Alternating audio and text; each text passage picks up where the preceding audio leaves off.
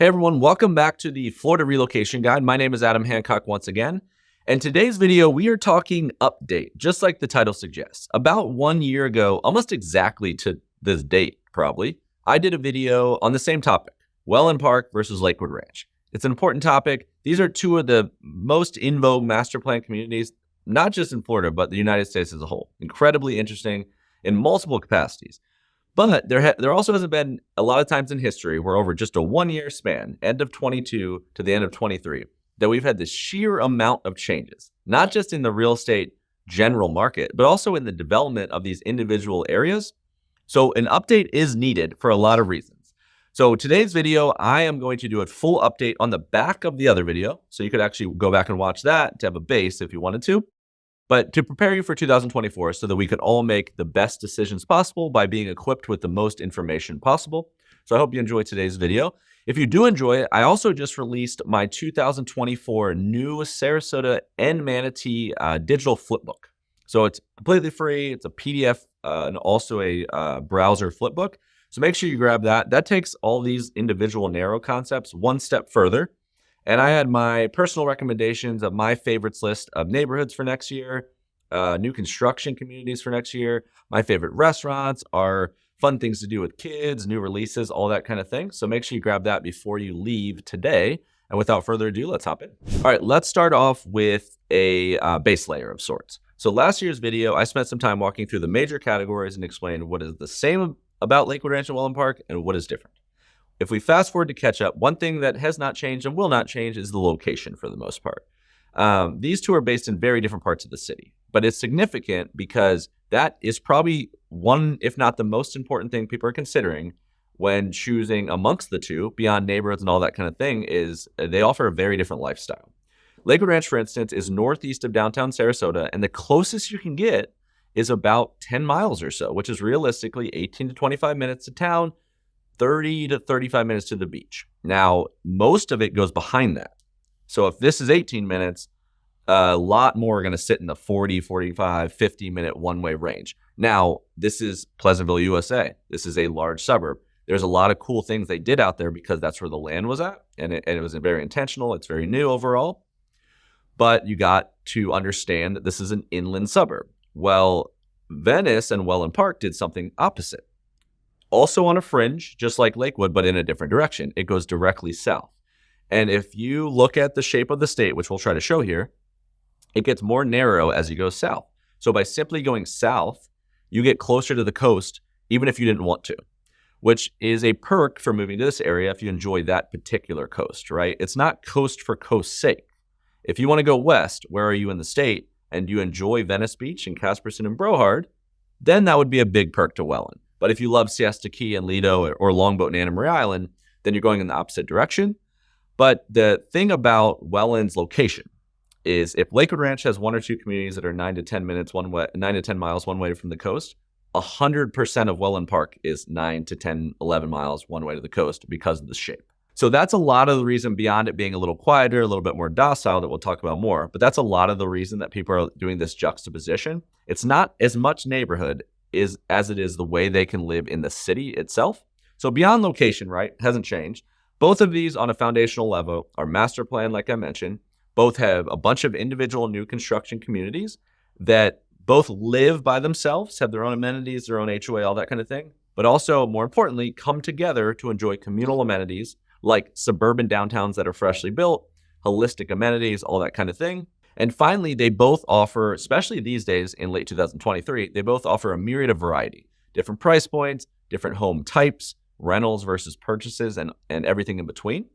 So with that being said, as I didn't want to alienate anyone that didn't know anything about these communities, but what I really want to focus on in this video is I want to talk about 2024. I want to talk about what is new, what is coming soon, why you should care, and we're going to do all that next. Okay, on to the fun world of real estate. And a year ago, what was already a thing was Lakewood Ranch. This was already an area that had sex appeal. There was 30 plus communities. It looked like, just like it did online, people got more excited when they arrived than when they researched it. And you had all that going for it, right? It had maturity. There was neighborhoods like Greenbrook and Summerfield that hadn't built a new construction home since 2002. You know, you had resales, you had everything. You could really go there and say, like, I could get here and figure it out in some capacity. Maybe not perfect, but I could figure it out. The last 12 months, the significant changes were to the category in my mind of new development in the waterside district and new additions to the category of affordability in general. And if we start with waterside, this was an area that people always loved. It was the first time that Lakewood Ranch went to Sarasota County, so it went lower than University, which means you get closer to town. So the one kind of heartburn people have is getting far, like I mentioned, and this is close for Lakewood Ranch. And then they add these massive lakes, right? So if you're not going to be on the Gulf of Mexico, these aren't retention ponds. They offer waterfront living. They bring in a bunch of luxury. But the problem was that there were so few communities that everyone came and fell. It was not hard to get people to fall in love with the idea of waterside. Most people weren't saying, oh, no, I'd rather live north of State Road 64 instead of waterside. No one's ever said that. But the problem that people end up not in waterside was criteria. Because at the time, you had the evolution was Shoreview with Pulte, 250 homes, and it was luxury for Pulte's sake. Lake House Cove was Homes by Town, Arthur Ruttenberg, Lee Wetherington, John Cannon. It was more in the luxurious scheme, even if it was more affordable a year ago. And then when they added stuff to it, you know, Windward down there with Neil or whatever, but when they added stuff to it, they added Wild Blue, which was even more luxurious than both of them. So people come there and they're just like, it didn't work for a lot of people's criteria. It came at a premium that they couldn't sacrifice. So then they start to look above, and what's above it? You have the Isles, you have Country Club West and East, you have the Lake Club, right? It was more and more luxury. It was more similar than it was different. So simply people would fall in love with it and they'd have to find a plan B. Well, that completely changed with abundance of communities and then the way they did it because of the market's evolution. So I mentioned, 3 or 4 total communities, and Kingfisher Estates maybe existed at that point too, but there's 13 total homes. So those weren't going to be $500,000. Well, then you go Avanti with Pulte. So that's Pulte's new community. You do the Alcove with Neil's signature. You go down the lake from left to right. You got Emerald Landing. You have Nautique with MI Homes. Emerald Landing's David Weekley. Of course, I mentioned Kingfisher Estates. Hop over the Lorraine Road to Wild Blue. Lake House Cove's going to do a new community on the other side of the lake. Toll Brothers announced that they're going to do something, I think, called like Meridian down the way. The Founders Club still sits below for resale. Windward's still, has a lot to sell as well. So one, you have many more communities, but most of those I just mentioned there are cheaper than the ones that already existed. And there was some like affordability arrangements some of these builders had to do to satiate those needs. But what they did is they added a bunch of layers and they weren't all luxury. So the big key in that conversation, right? And obviously this video, I can't go into every single little minute detail of it, but the big key is that abundance, one, never hurts a buyer. And two, in my mind, with the current offering of a mix of townhomes, affordability, there's a lot of offerings under $300,000 in there now that someone can come, that multiple people can come to Waterside now and fall in love with it and have a way better chance of having a fighting shot that they could figure out something in their criteria. Again, not perfect, but they could figure out something in their criteria from one, not only price point and home size, but also availability in a world that it's not just, 400 homes with 1 billion people trying to get into them now and 3 to 4 years from now. And I think that's very, very important. The second thing real quick was affordability. Lakewood Ranch got to a point where I wouldn't say that it was affordable. I mean, that the median price point in Lakewood Ranch was like in the 6s, where Sarasota was in the low 4s. And it wasn't a 1% game, but it was tricky. It was tricky. A lot of people were going to Paris. A lot of people were waiting completely. The communities that were really popular and new, like Esplanade Zarios of the world and stuff, had like way more demand than supply. But what Lakewood Ranch did, because of the issues that you can't do with a town, you can't make every single price point $700,000, and everything cheap can't be bought by investors and then made expensive. Then regular people can't live there. People that are already there can't live there. If a bunch of people come there to retire, where do the people that work at the restaurants and the hotels and the normal healthcare and just normal people, where does middle class live? And Lakewood Ranch really got a little out of whack when it comes to that. Well, they try to satiate that need by offering, I would say, 3 distinct communities right now. One of them being Avanti. Avanti is a more affordable Pulte offering that I don't know if it's true or not, but from my understanding, it was an arrangement that in order to build Shoreview, in order for Pulte to continue building the luxury stuff there, Avanti was a part of that arrangement. So there is a cap on what they're pricing that out. But you also have two that are way more affordable on average. You have Aurora, which is Lennar's new offering. I think almost every home in their offering is below 370 grand, full on single families. And then Ryan Homes did a community called Avalon Woods. And Ryan Homes typically is, they're one of the most affordable builders that exist. And these kind of builders never existed in Lakewood Ranch. Like Ryan and Centex, all those guys were in Paris, they were in Tampa Bay. But Lakewood Ranch is bringing more of that in to solve that affordability issue in some semblance of a way. So these would be the two major things that I think changed in the last year with Lakewood Ranch. Okay, and then we have Wellen Park on the other side, and a little different evolution here than what happened with Lakewood. So a year ago in Wellen, you had a few different things going on. One, you had this old school district called the West Villages. This existed before Wellen Park was a concept. It was a very popular retirement area. It was already kind of building, and that's what's important here, is that when Wellen Park was kind of created, it was a branding concept that then really engulfed West Villages. West Villages then became one district within the Wellen Park master plan. But because it already existed on its own, it was mature. So you had a few communities like Grand Palm with Neil, which is similar to like a Windward or something like that. You had Renaissance with Manatee. There were some Lennar offerings there. You had Oasis with MI Homes. But it was at the tail end of what they were working on. At the end of last year, they were Grand Palm had been building for 10 years. Renaissance was almost complete. Oasis might have been complete. So people are going in there. You have Boca Royale down in Englewood, which is kind of random with Neil Golf, right? But it was old school. So it was really mature. And people are going down there it wasn't quite working for a lot of people. And then they added the district that everybody's pumped about. They added the Playmore district. So now you have two districts.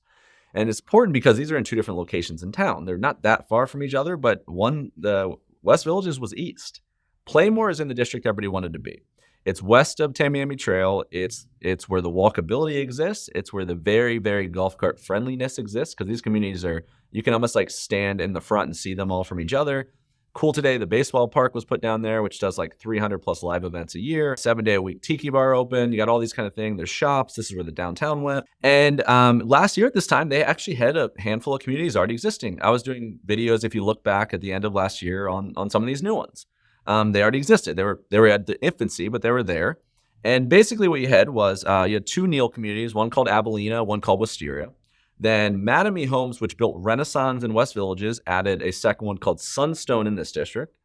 Toll Brothers came in there and did one called Solstice, which it's more luxurious than the average show, especially at that time, but it's a pared down version of Toll. They do these kind of two separate offerings. The Isles is like a real high-end version of Toll Brothers, just on what they offer. But they also do this one that's like moderate. It's a little bit more affordable, just less options. And that's what they did with Venice Woodlands. And that's what Solstice was. Tortuga was Lennar, which is a more affordable option. You had Wellen Park Golf and Country Club, which is like Sarasota National, Lakewood National. That just released, I think. It was like very, very new. I think I have a video in like December maybe with Chris where we were talking about that. But it felt like you had variety, right? And then you bring in your criteria there. $400,000, $500,000, $600,000, $700,000, whatever it may be. You start to shop and you go to Abilena. 96 total homes, came at a premium, especially at that time. It was one of the most expensive there. Only 96 homes, had an HOA, no amenities. They used to make a joke, a guy on site, about the amenities were like this park bench outside. So they were selling a boutique concept that came at a premium without amenities. And people are like, all right. And then you go to Wisteria, the other Neil, completely different. It was all smaller floor plans. I think 52-foot lots and below, I think almost 100% across the board. A year ago at the time, already 50% were sold out. They were all 100% spec homes. And I think it was very much like investors popping in there, that kind of thing. Wasn't a lot of availability and no options, and they were smaller. Sunstone was mad at me. They really offered the first advent of like some sort of amenities at that time, but it was, you had to like the community, you had to like Manatee, and Solstice came again a little bit out of a premium. They were also, we had a client, we signed real early on. I think it took like 27 months to build their house. So the logistics stuff at the market really crushed this part of Toll for whatever reason. I don't think they pulled permits on our buyer's house for 6 months or something like that. So people were hearing about all that kind of stuff. And basically you would go into this district and you think you had a bunch of options with your money, especially if you were a $500,000-$600,000 person, which a lot of people did because of the affordability of Wellen. And you find out, well, I got priced out of Lakewood and Wellen still doesn't work, even though it felt like there was 9 communities. And also beyond that, not to get too crazy here, is that they were really going after this WELLEN Park is our amenities. The town's the amenities. They're really going after this no frills, pared down, empty nester thing on purpose, and it didn't really hit with people. I think they wanted a little bit of both, especially if they're paying a $400 a month HOA. Okay, so with all that being said, the big thing with WELLEN is not necessarily what happened over the last 12 months, which wasn't a ton of stuff when it comes to residential housing. It's what's about to happen next. Between now and in December 2023 and the end of Q1 2024, you're going to have a completely different looking place in a great way. And I think it affects three major categories. It brings the advent of amenities back. Like, not everybody's like, no amenities in my community and the high HOA works. It's going to bring affordability in a more variety-laden way, multiple builders, multiple neighborhoods, similar price points. And it's going to bring an interesting one that was completely missing, was luxury.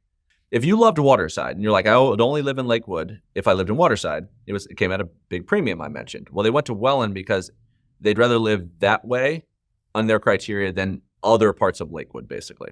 Well, what WELLEN never had was luxury. The highest end builders there were the pared down Toll, and not even Neil's signature, but it was Neil. So someone that would have built like a $2 million house with Arthur Ruttenberg or Lee Wetherington or something like that in Lakewood, but loves Venice and all that WELLEN has to offer, they didn't have a great way to satiate that need. So they changed those three things. And it comes with a few different communities. So what you're going to have very soon here is you're going to have a community called Lake Spur, 3 mixed builders, starts in the 300Ks, amenities, normal neighborhood, but gives you variety. You're going to, on a luxury standpoint, you have Grand Place, and you have Everly. So Grand Place is Sam Rogers. That one's cool because it's like a family kind of feel, like hands-on. It's intentional. One of the best reps that was at Taylor Morrison in Esplanade Azario. One of the most knowledgeable reps I've ever dealt with. Her name's Danielle. She runs the whole sales organization at Grand Place and has a long history with Sam Rogers. So their experience is great. The owner of the company walks every site. They're large sites. The granddaughter of the owner is one of the sales reps. It's a cool vibe. It's something different than commercial building. Everly, mixed builders, large lakes. I believe it's Arthur Lee, John Cannon, and homes by West Bay, which is interesting if you haven't dealt with them.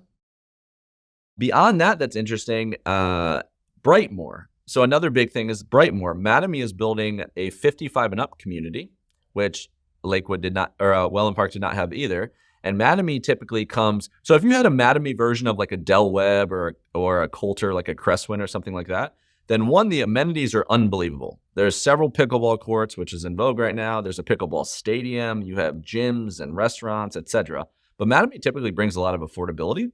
So that one I think is going to get wildly crazy popular. There's nothing even around slightly south of Sarasota city limits that satiates that need right now until the advent of more 55 and up new construction. So basically, by solving those issues, I think that's what's exciting about WELLEN as you exist today when it comes to real estate. And the big thing here to drive home, and I know this is getting long, but the big thing here to drive home is that I've been talking for 2 years now, especially when you could not see what WELLEN was going to be, how important this geography was going to be.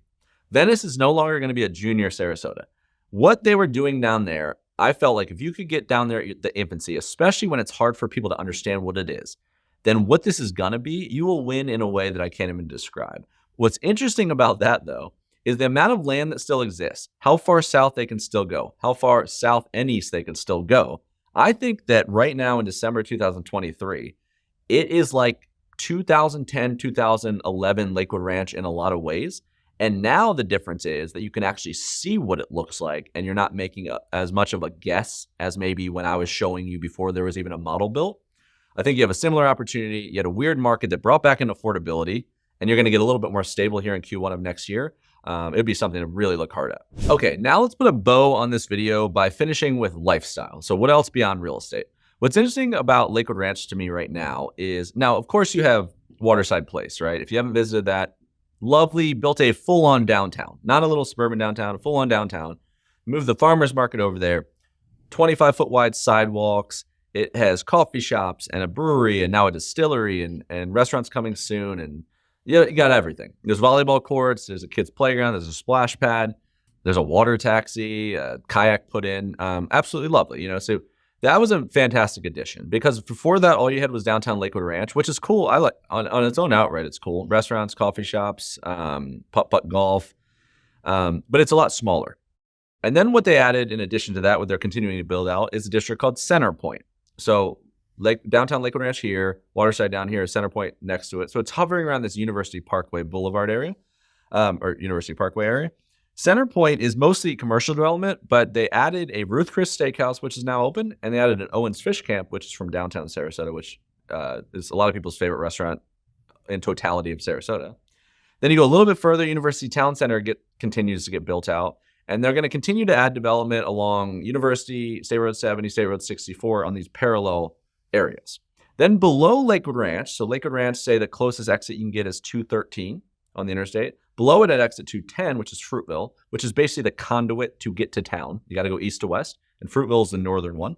They built Fruitville Commons, which then connects to the back of Waterside. And Fruitville Commons they have a Cooper's Hawk Winery. Big Top Brewing has moved over there. I think they opened a Twin Peaks, I think it's open now. And that's a whole nother little development district. So all that to say, I think what Lakewood to me, based on historically being in and out and from Sarasota, is it really starting to become everything but the beach. A lot of people always historically complained it's too far.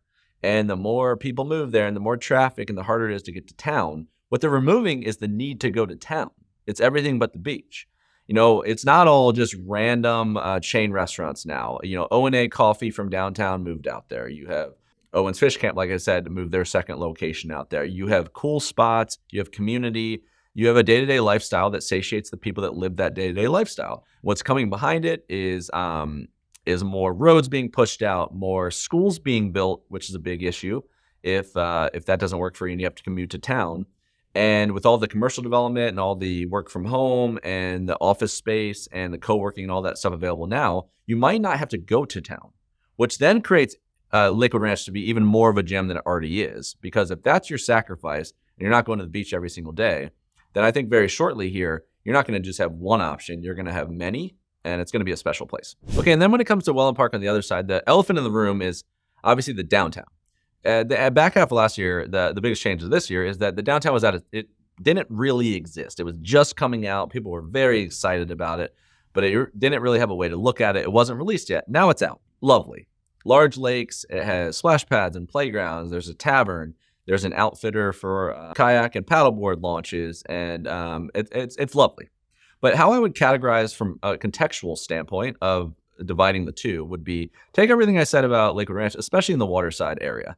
And what downtown Welland and the surrounding lifestyle would give you is, I would say, upscale, boutique, a scaled down version when it comes to size, and coast. You can almost feel the breeze from the islands where this downtown is based, which is incredible. And to have this new of a downtown where Venice historically used to have to go to town. You'd have to go to downtown Venice, which is it's like a historical version of Siesta Key. It's like a beach downtown. So you didn't have stuff like this. And these two to be 18 minutes apart is interesting. So if you're someone that just isn't if you like a lot of what Lakewood Ranch is, the new construction element, you like that there's a lot of community because there's intentional reasons to commune with the neighbors, even though you might not live in the same neighborhood. You like all of that, but you don't need 40 to 50 different communities over 50,000 acres. You want a smaller feel, and you also want something different. You might want to raise your kids, or you might want to retire in an area that is more docile, is kind of this old school, safe coastal feel. Then this really satiates those needs, but gives you all those cool factors that coastal beach towns typically can't because they're so mature they don't have the space to build. And then if that's not enough for you, then small parts of Waterside are actually walkable and golf cartable. Most of Lakewood Ranch is not. Very close to drive, not close to walk.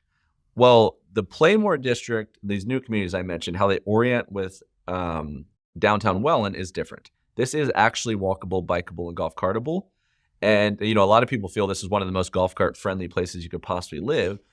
So if you were going to the Villages before, up that way in Central Florida to satiate that need, then I think Welland does it in a way more elegant manner. So that's how I would sum up lifestyle in this part of Venice. All right, my friends, that is a wrap on my 2024 update to Wellen Park versus Lakewood Ranch. I hope you enjoyed the format. I hope it added you even a little bit of value. If it did, please consider subscribing to the channel if you have been watching but not subscribing. You can see what's coming next, and we are really going to try to ramp this thing up like never before in 2024 when it comes to value-based content. Make sure beyond that, you grab that 2024 digital flip book that I mentioned, Sarasota and Manatee Guide. County is completely updated. My favorite lists in every single category, and we're going to add a ton of stuff in there. It's absolutely free, so grab that. If me and my team can help you in any way possible, buying, selling, and/or investing, the entire state of Florida, but especially this part of Southwest Florida, I own a brokerage called the Sunshine State Company. Very unique, full scale. You get many more support measures than a typical brokerage can provide because of our format, but also you get a lot more information because of how we spend our time and what we're trying to learn and what we're trying to relay to you. So please check that out. We have newsletters, we have downloadable guides, you can have conversations, you can do whatever you want. Most importantly, thank you guys so much for watching. Again, my name is Adam Hancock. I appreciate every minute that you guys watch, and we'll see you on the next one.